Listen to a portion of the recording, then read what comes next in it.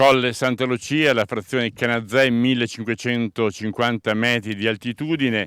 Alle mie spalle ancora forte e acre l'odore delle case dei Tabià andati distrutti dall'incendio di ieri, e di fianco a noi la casa che invece si è salvata. Ve lo raccontiamo con le immagini e ve lo facciamo raccontare da chi ieri lo ha raccontato in diretta. Quando sono arrivato c'era la prima abitazione già preda delle fiamme, dopo che il fienile aveva scatenato già la sua furia, quindi la casa vicina al fienile stavano bruciando gli altri due fienili, iniziava a bruciare anche la seconda abitazione. Ho trovato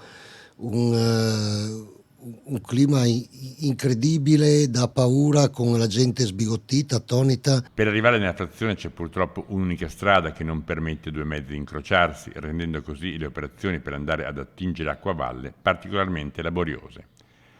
L'allarme era scattato poco prima delle 15, quando un passante aveva notato del fumo uscire da uno dei fienili.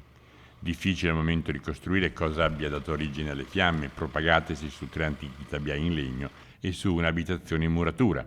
Salvato per fortuna un quinto edificio per il quale si era temuto il peggio. C'era un calore immenso, c'erano delle fiamme molto alte e c'erano le braci che volavano ovunque. Anche mentre facevo le riprese ho visto parecchio materiale scendere a terra e dare fuoco all'erba, per esempio, circostante. Il prato è stato tutto bruciato. La fortuna maggiore comunque è che non ci siano state persone coinvolte nel rogo, fatta eccezione per un 70enne che ha dovuto ricorrere alle cure dei sanitari per delle ustioni alle braccia che si è procurato nel tentativo di mettere in salvo un mezzo agricolo ricoverato in un'unità via andata in fiamme.